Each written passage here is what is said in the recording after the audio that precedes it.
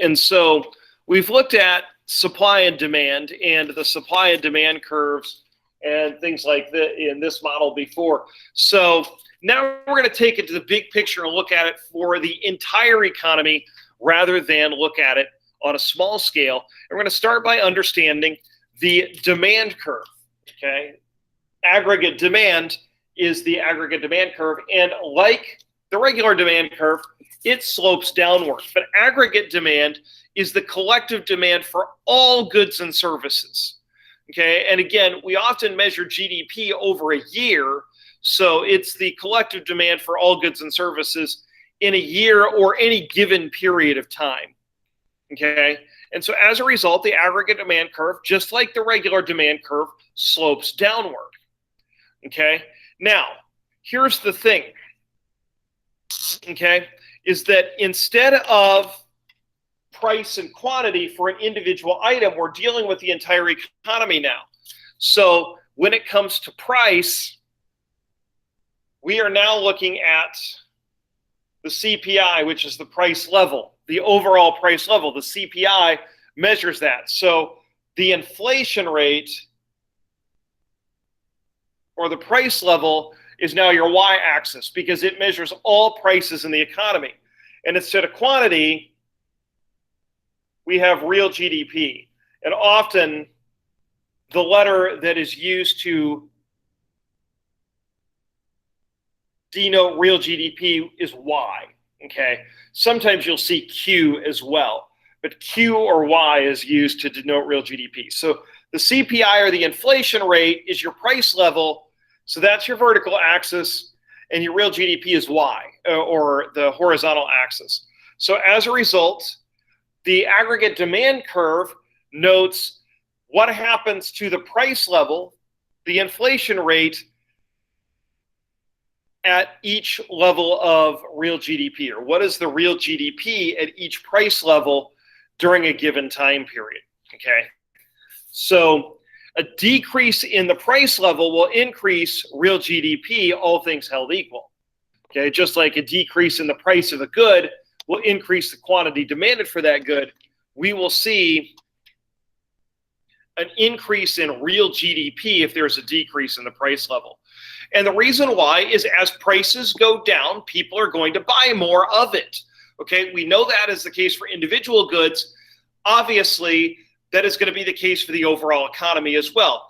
As things come down in price, all things being held equal, people are going to buy more because now their dollars are more valuable.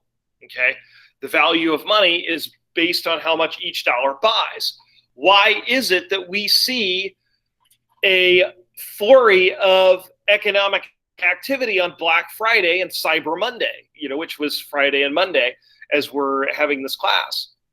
Well, it's because one reason why is obviously we've got Christmas coming up, and this is a major gift buying time. But also, people aren't just buying for each other, they're buying for themselves. And so as a result, people spend more on things for themselves. I bought a few things for myself as well on Black Friday. And the reason why? Because they're cheaper, right? We do this because things are cheaper. The real value of money is measured by how much each dollar buys. And as the prices of individual goods go down, we're going to buy more.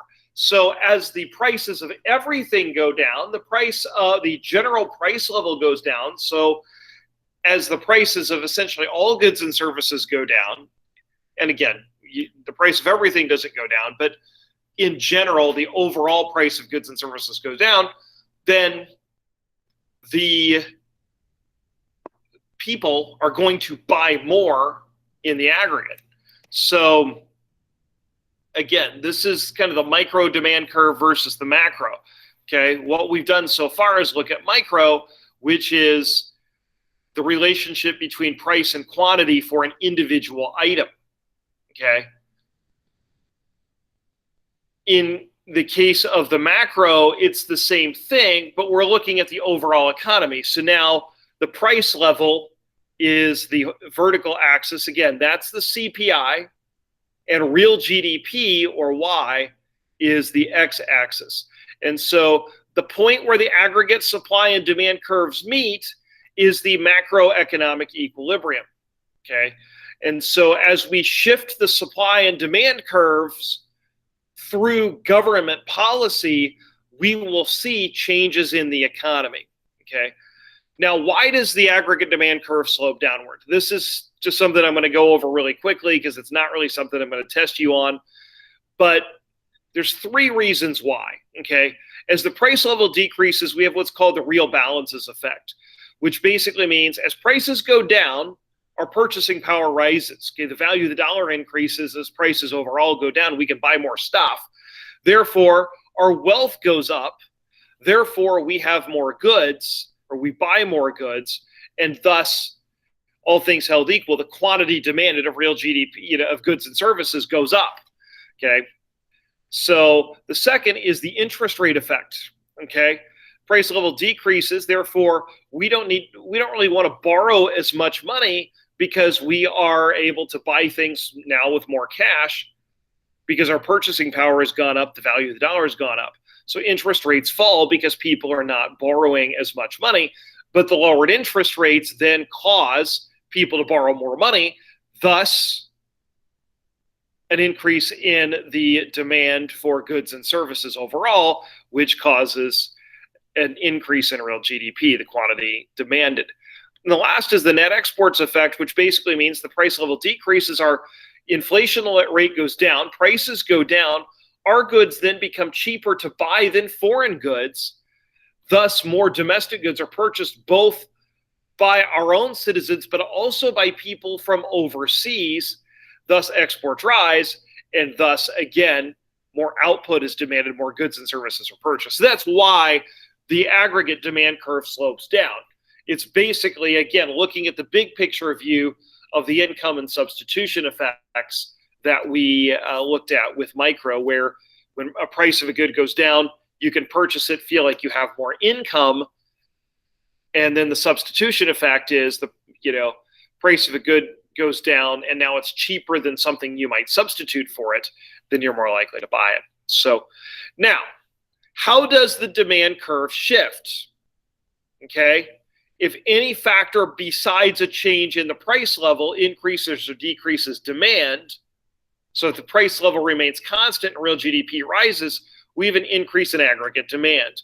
And a lot of government policy is designed to increase aggregate demand. Okay. And when we look at trying to shift the aggregate demand curve, these are policies that we generally refer to as Keynesian policies or demand side policies. And so I'll look a little bit more in depth at those here in a bit, but basically an increase in C or I or G or X will increase aggregate demand. Okay, so, and again, this is going to push the demand curve to the right. Okay, and so anything that increases consumption, investment, government spending, or net exports is going to push that aggregate demand curve to the right. In other words, during an expansion, generally that's going to happen, we're going to see real GDP rise because there's an increase in one of the 4 components of real GDP, or maybe all 4 components. Whatever the case, when real GDP rises, that demand curve gets shifted to the right. Okay, and obviously during recessions, the opposite happens. Okay, and so what about the supply curve? Okay, the supply curve basically has a couple of different viewpoints with it. And one of them is, and this is the level of real GDP that is produced at all price levels.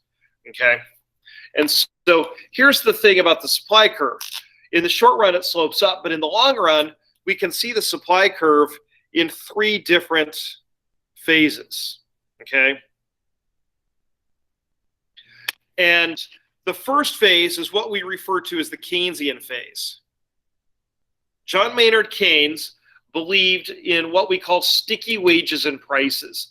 That prices and wages generally do not go down during a recession. And so as a result, there's slack in the economy and unemployment is prolonged. And so, and he says that happens because there's no shortages to push up the price level. And so therefore there's a surplus of unemployed workers that actually pushes prices down. And so because you have a surplus of unemployed workers, you have high unemployment during a recession, and you have a surplus of goods, prices are low. And so as a result, prices don't go up, but they also don't go down because businesses would have to, for example, remake menus, or they would have to redo the store shelves, reprint the price tags. And at the same time, they don't want to cut wages because that would hurt morale. And so as a result, the aggregate supply curve is horizontal. And so essentially what that means is that, if our equilibrium is here, okay, let's say here, this is where the aggregate demand curve crosses, we can do anything to increase aggregate demand and thus increase the economy without having inflation, okay?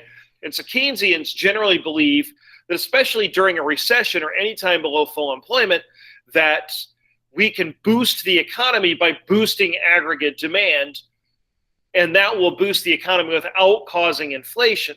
Now, what has begun to happen over the years is that Keynesians generally want to boost aggregate demand at all times and not really worry about inflation, because inflation is the opposite of unemployment in their minds.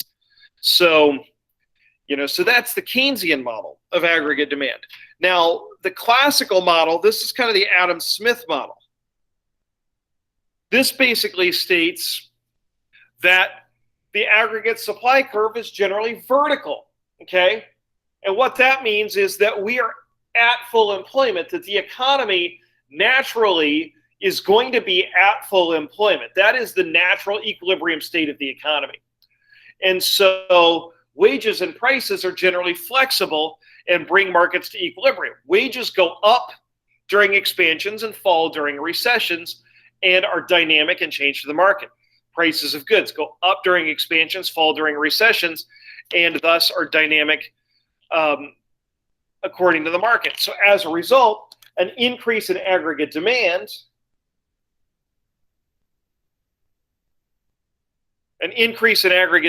will cause inflation, okay? Because any increase in demand, any desire to push the demand curve to the right or increase real GDP by increasing aggregate demand will actually not really increase real GDP that much. It will just push prices up, okay? And so this is why, people who are classical economists generally are very critical of government spending policies and of central bank policies that increase the money supply. And so, and generally in the classical idea that the aggregate supply is always at the level of full employment, that's the equilibrium state of the economy. And so when aggregate demand falls during a recession, what that means is the price level is going to fall as well. And what's going to happen then is as wages and prices fall, because they're flexible, surplus goods get sold, things go on sale. Surplus workers find jobs because the price of labor goes down and the economy returns to equilibrium. So on the flip side, during an expansion, when aggregate demand rises, the price level then also rises due to demand pull inflation because you have more dollars chasing the same amount of goods and services, and thus wages also rise as well. So in the interim then, we have what's called the intermediate phase of the curve, which is kind of seen as the phase between the Keynesian and classical models. And often this is the phase that takes place kind of as a recession is ending and before we get back to full employment. Basically, the economy is not quite to full employment yet, but it's moving there. So the price level begins to rise with increases in real GDP and increases in aggregate demand. So price level and real GDP both rise during the intermediate phase. During the classical phase, once we're to full employment, any increase in aggregate demand is going to cause an increase in GDP an increase in the inflation rate without really seeing any expansion of the economy because the resources are all fully used. Whereas in the Keynesian phase, there's a lot of slack in the economy. Resources are not being fully used, and thus any increase in demand is going to cause an increase in GDP, but not inflation. And so that's kind of key. So understand what the three phases are. And we'll kind of break down the Keynesian and classical views of the economy a little bit more. Okay.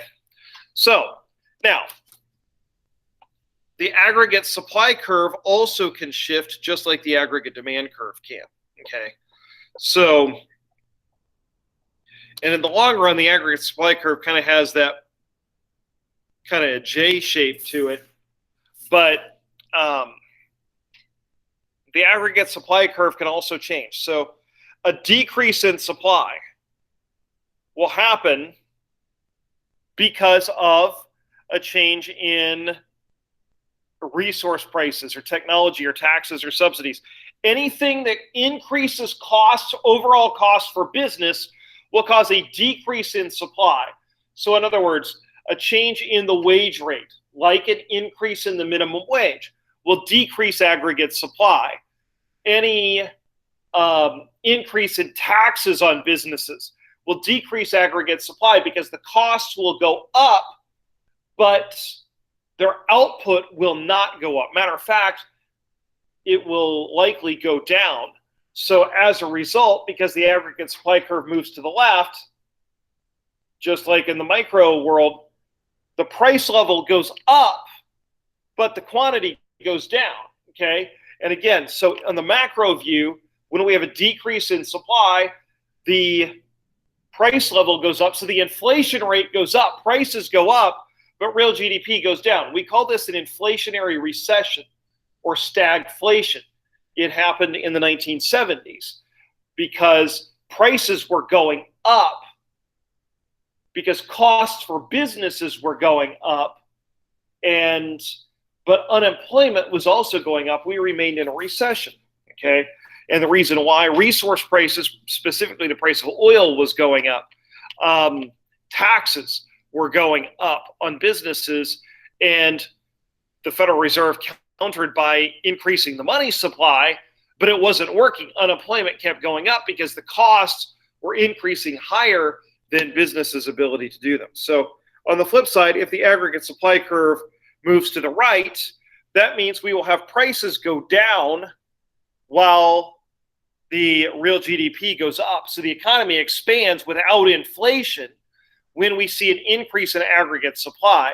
And so that can happen because of an increase in technology. For example, Henry Ford's assembly line in the 1920s, or the internet in the 1990s and 2000s, made it easier and cheaper to obtain key goods and services. As a result, we can produce, in the case of the 1920s, more cars and then other things as well, because at a lower price because of the assembly line. Therefore, we can offer goods for sale more cheaply. Therefore, we see an increase in output, an increase in production, but prices are going down because of the better technology.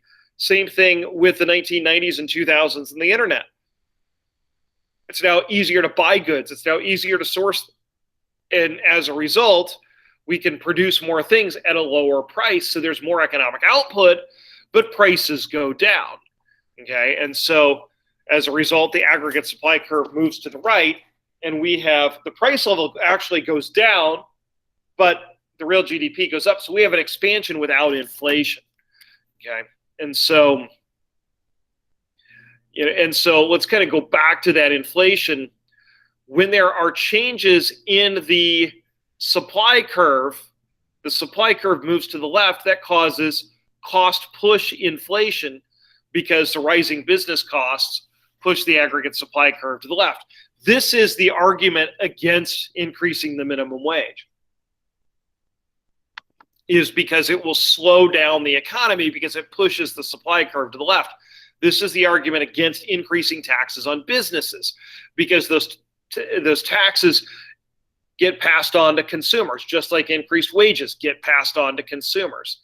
And so that pushes the supply curve left, and as a result, it causes the price level to go up while real GDP goes down, and we call that stagflation.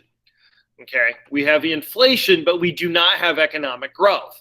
We saw this in the 1970s, and also, in a way, this was one of the causes of the Great Recession of 2006, 2007, 2008, was we had inflation, and part of that was caused by an expansion of credit that we'll get to next week.